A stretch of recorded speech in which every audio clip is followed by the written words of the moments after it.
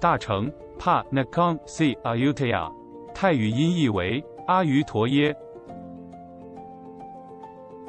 曾是泰国阿瑜陀耶王国国都，从1350年至1767年，曾繁荣辉煌数百年。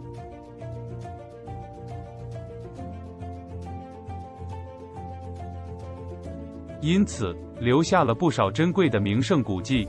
泰国古都大城府的推荐景点：柴瓦塔纳兰寺 （Wat Chaiwatthanaran）， 泰国版小吴哥窟，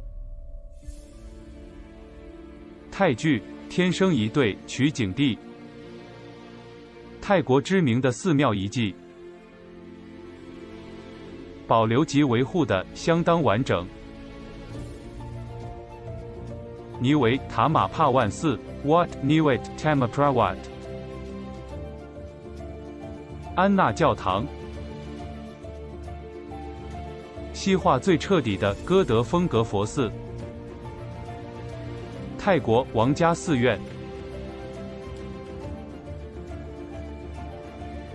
帕南春寺 （Wat Panan Toan）。拥有泰国寺内最大座佛像的华人寺庙，并以佛像代替正和形象的庙宇，华人称为三宝宫寺。邦巴因行宫 （Bang Pa In Royal Palace），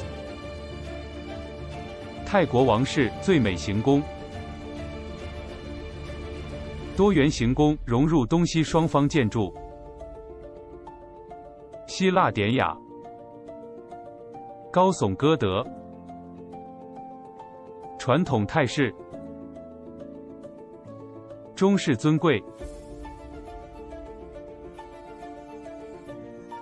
泰国旅游攻略之10大最佳的旅游景点之一，大城府 Ayutthaya Province 中集，一起了解和分享。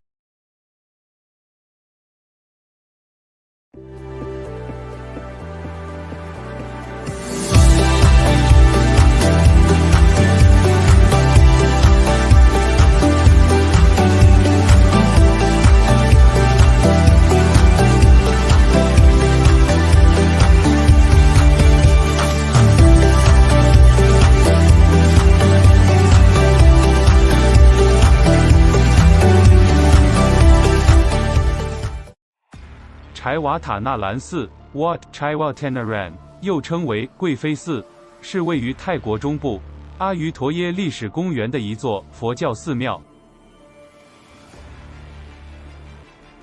柴瓦塔纳兰寺坐落在昭拍耶河西畔，它是大城府阿瑜陀耶历史公园中最雄伟美丽的寺庙之一，也是一个旅游胜地。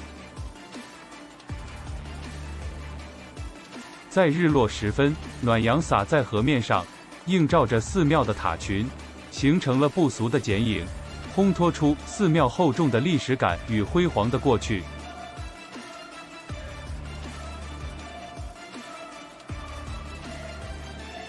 在1630年，大城王国的巴萨通王为了纪念他居住在该地区的母亲，而下令开始建造此寺庙。设计风格是当时流行的高棉式建筑。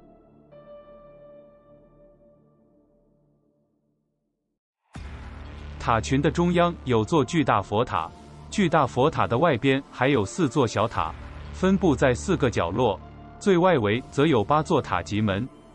13座高塔的周围围绕着120尊坐佛像。主塔前方保留了2尊完整的大佛像。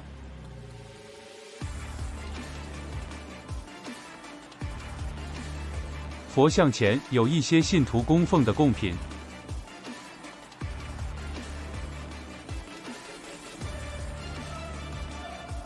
寺院周围台座上的120尊坐佛像，可是与马哈泰寺的相同，几乎没有一尊是完整的。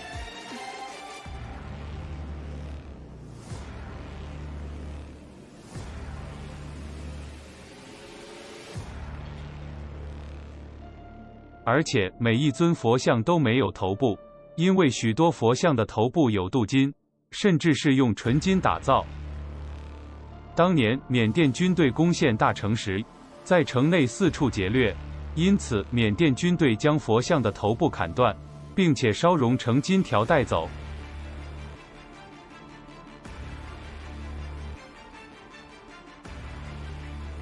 4个角落各有一座小塔，小塔里面有佛像，佛像依然是没有头部。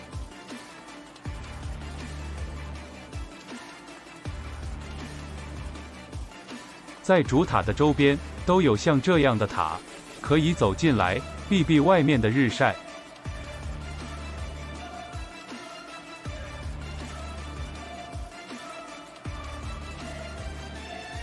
柴瓦塔纳兰寺属于高棉式建筑，除了庙宇本身的高塔外，也有众多的大小佛像，因此也有人称此地为泰国版的吴哥窟。因为柴瓦塔纳兰寺最后是毁于缅甸军队的入侵，现场断壁残垣，处处充满颓圮破落的美。来此的游客无不拿起相机直拍，盼能多收一点美景进记忆卡里。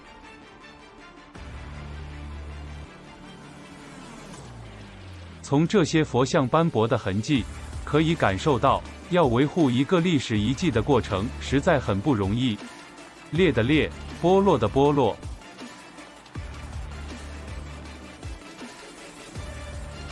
也提醒大家，欣赏这些维护不易的历史遗迹，请勿拍打，请勿破坏，请勿攀爬。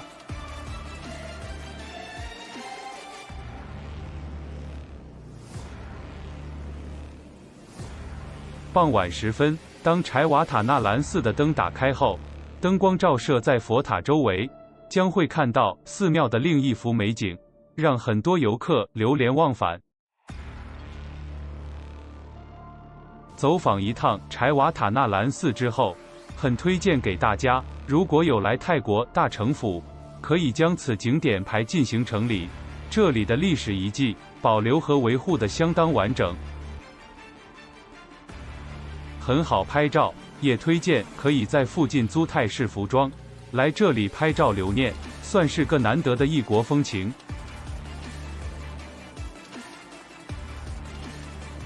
柴瓦塔纳兰寺 Wat Chaiwatanaran 门票50泰铢，我觉得不贵，毕竟这里是泰国著名的寺庙遗迹，可看性十足，非常推荐给大家。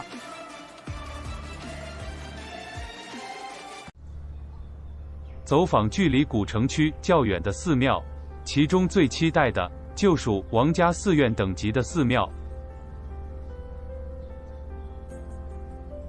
尼维塔马帕万寺 Wat Niwet Tamaprawat 也是大家知悉的安娜教堂。尼维塔马帕万寺于1878年完工，为国王拉玛五世下令于邦巴因夏宫附近兴建一座王室专用的佛寺，并且指定要走哥德造型路线。国王拉玛五世对于西方建筑极其迷恋，想盖一座西化至极的寺院，与泰国风格完全不同的寺院。被称为安娜教堂的尼维塔马帕万寺，外观像教堂的西式寺庙里，供奉的却是释迦牟利佛，相当奇妙吧？安娜教堂的由来有几种说法，传说是为了国王拉玛四世所请的英文老师安娜所建造的，加上这里是著名电影《安娜与国王》的拍摄景地，等等。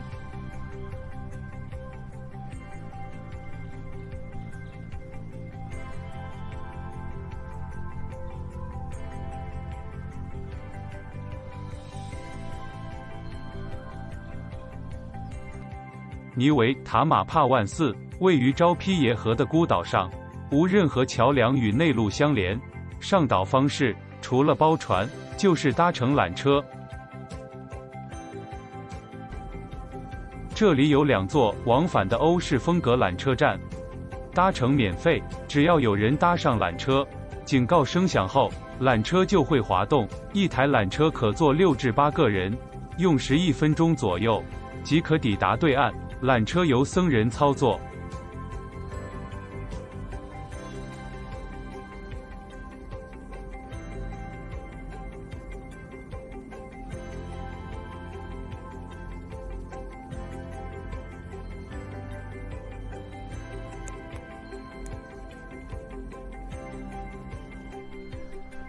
下缆车之后，沿着步道前行，一侧是河岸，另一侧是许多带有西洋风格的建筑，这些是僧人的住所。你在这里也会不时地见到僧人踪影。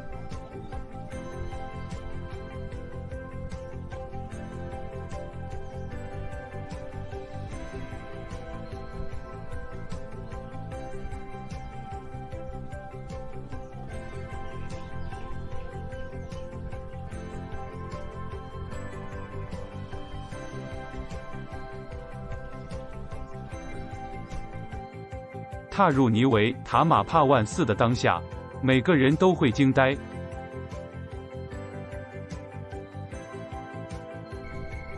地板的黑白瓷砖，如同西洋棋盘般的简洁。寺内的挑高空间与木质雕刻，让整体的气势庄严肃雅。墙上的彩色玻璃，是西方教堂常用的形式。哥德式尖形拱门与飞拱，华丽至极，看起来就是座教堂，但其实是座佛寺，见不到圣母，更找不到耶稣，反而是大成时期造型的金色佛像，供奉其内。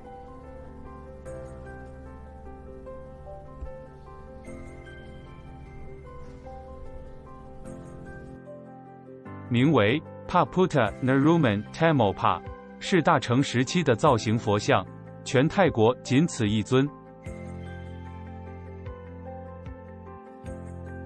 普遍使用于教堂中的花窗玻璃艺术，造就内部的灿烂景象。其特殊的光线感受，具有人们向往天国的一种理想。墙上欧式花窗玻璃依旧，唯不见圣经故事或使徒神迹，取而代之的是国王拉玛五世的图像。泰国仅此一座，世界上更找不到第二座。身处泰国，却见花窗玻璃与佛祖一同出现，合掌佛像与花窗的组合，完全没有违和。从现场的摆饰方式可以看出，平常是有大师在诵经的。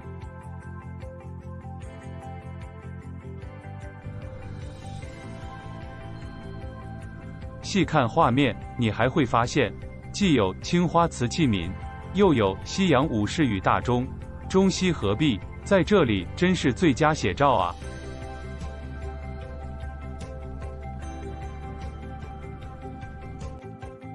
画面左侧还有一个专属国王拉玛五世听经的座位。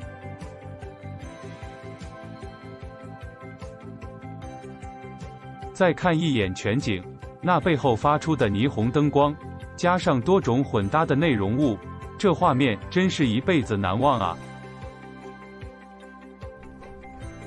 尼维塔玛帕万寺，寺外供奉着一尊佛像，佛像背后的菩提树为国王拉玛五世所亲手种下。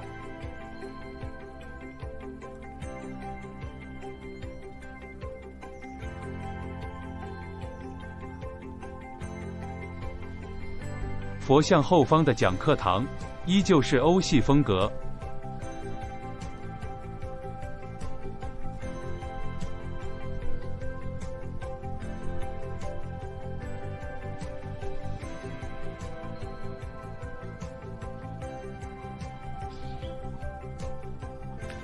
尼维塔玛帕万寺 Wat Niwet Tamaprawat 寺庙的环境极其清幽。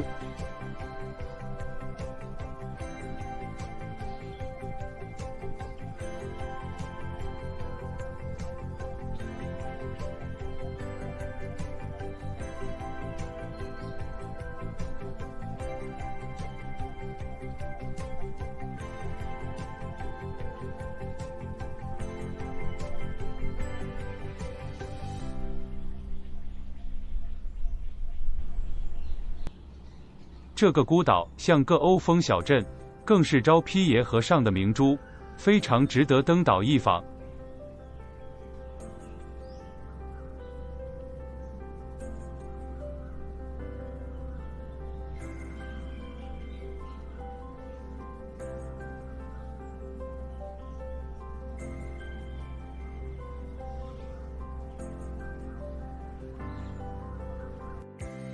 如此混搭的特色宗教建筑，独一无二，必访无误。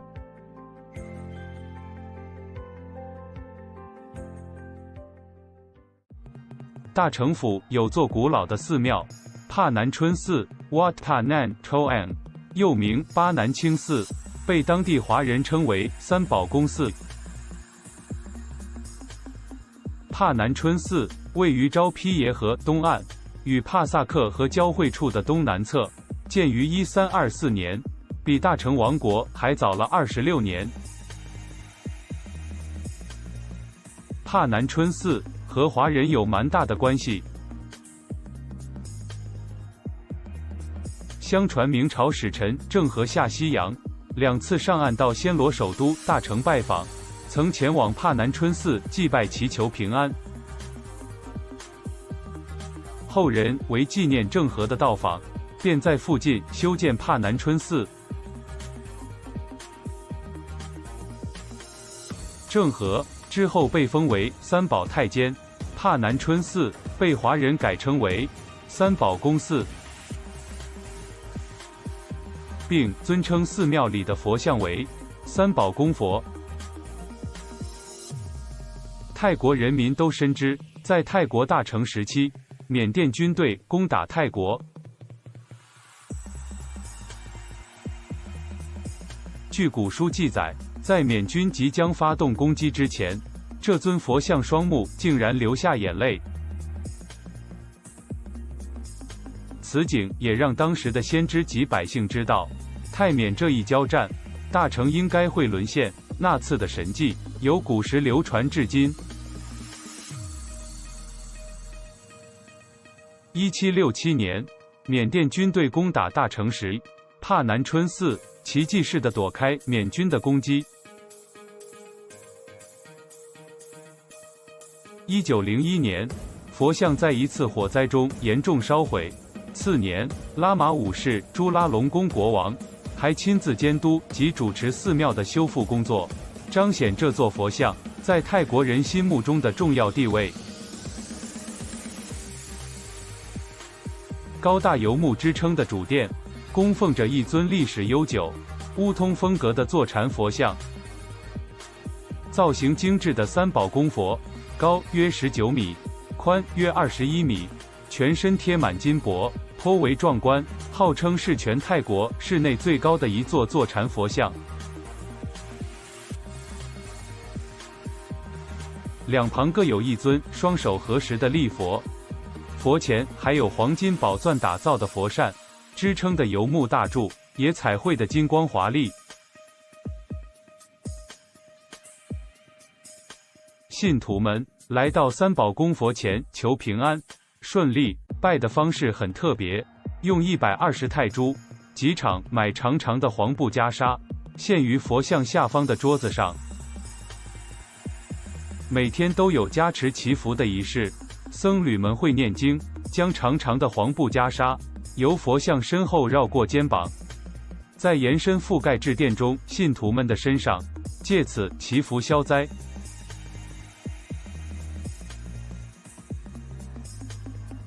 主殿的两侧各有一座小佛殿，左侧的殿里供奉着3尊佛像。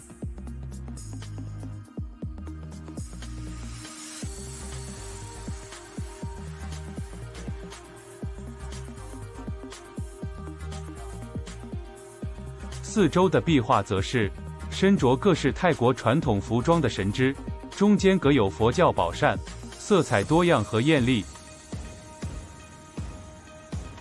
右侧的殿里则供奉着一尊佛像，殿里的雕饰壁画亦极具代表性，画中所描绘的中式盆栽造景、生活用品及祭祀用具栩栩如生。主殿旁边有多座中式庙宇，供信徒参拜，有财神爷宫殿，供信徒求财。再是有个四大天王守护的观音菩萨庙。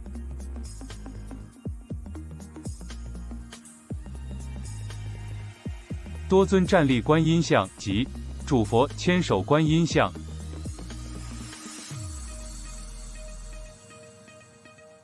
四周围关公、弥勒佛等中国传统的佛像，香火也非常鼎盛。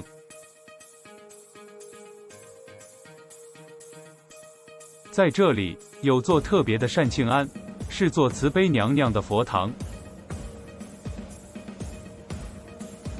据称是当年有位中国公主嫁给泰国国王，后来公主过世，为了纪念她，便装了个金身像。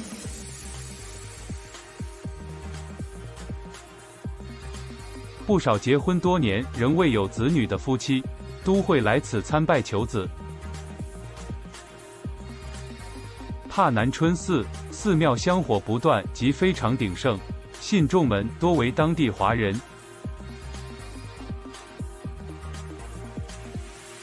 春节的时候最为热闹，外府的华人、华侨络绎不绝地前来参拜祈福。泰国华人来此参拜，就像是对郑和的敬仰，尤其是要坐船出远门的商人，必来此寺庙祈求顺利平安。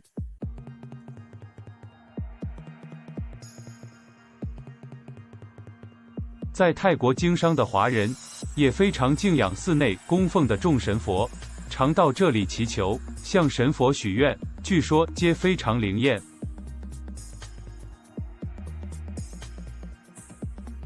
帕南春寺 Wat Panan Toan 占地也非常广大，信众们更可谓是蜂拥而至。有机会到大城府旅游，别忘记来帕南春寺参观及参拜祈福。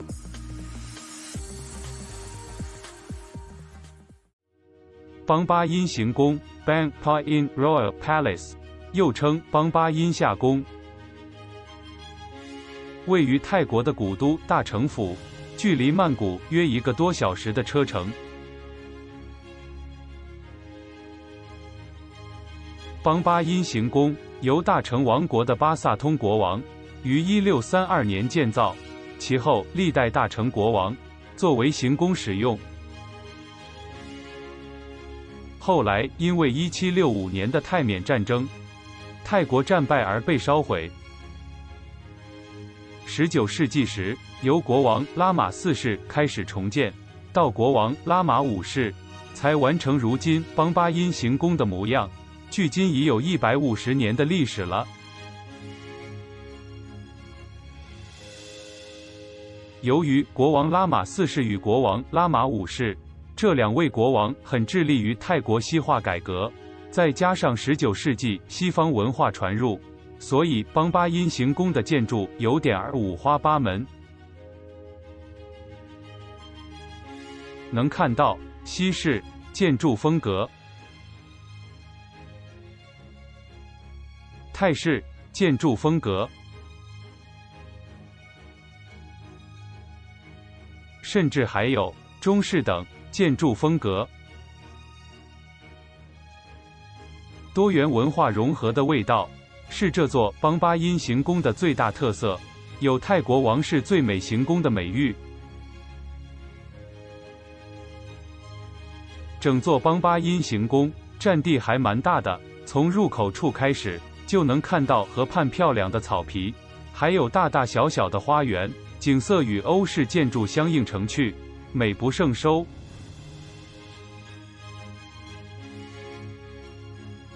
园区地图，由于国王拉玛5世爱好园艺，所以邦巴音行宫的花园经过精心设计，除了很多欧式建筑之外，每区种植的花卉树木也都不同。从湖边的路直走，首先看到的就是这座喇叭形的喀冲塔亭。站在这座亭子上，行宫的全景尽收眼底，这是一个非常理想的取景照相地方。虽然邦巴因行宫拥有许多泰国王家建筑的典范，但这座位于外湖中心的艾莎馆提帕亚亭，无疑是这些典范中的经典之作。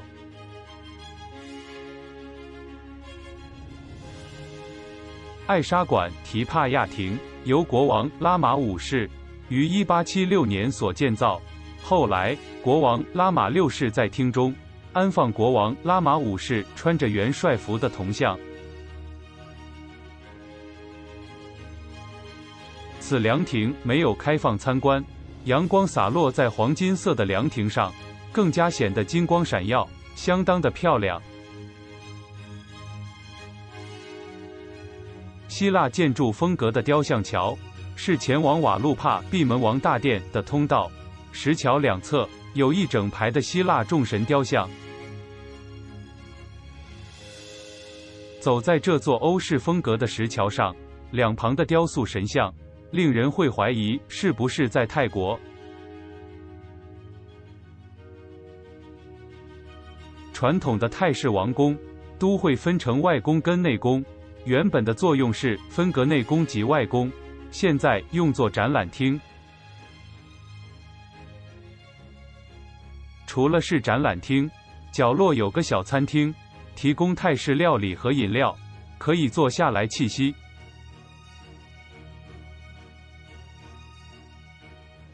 瓦路帕闭门王殿深受希腊新古典文化的影响，有以哥德式的圆柱和山墙著称。因为王室仍在使用，一般不开放参观。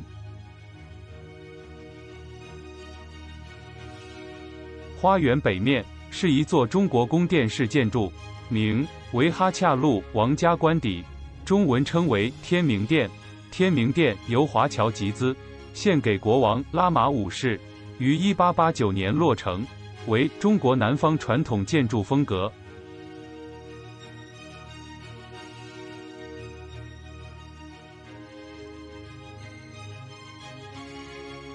这是行宫里中式建筑最精致的一座宫殿，所有建材和工匠都是来自中国。南方传统建筑式样的木结构双层楼阁，红色与金色生动鲜明的组合。最引人注目的是屋檐的设计，有双龙戏水、丹凤朝阳等装饰。殿内装潢也凸显中国建筑的轮廓，大量黑檀木家具、瓷器花瓶等等，繁锦满堂，琳琅满目，美不胜收。天明殿旁边有2栋侧楼，周围还种着竹子，气派非凡。维图塔萨纳塔由国王拉玛五世于1881年建造，3层楼台的高塔，用作观景，可以俯瞰整个行宫和瞭望邻近的乡间景色。入内参观邦巴因行宫需购买门票，外国游客100泰铢，泰国人30泰铢。邦巴因行宫 Bang Pa In Palace 集中建筑工程学各方面的优点，又恰如其分地混合在一起。时间若是充裕，在这里放慢步调，仔细欣赏行宫里的美丽景点，可说是相当的惬意。Capcoon Cup， 谢谢你的收看，请记得订阅泰国攻略频道，是完全免费的。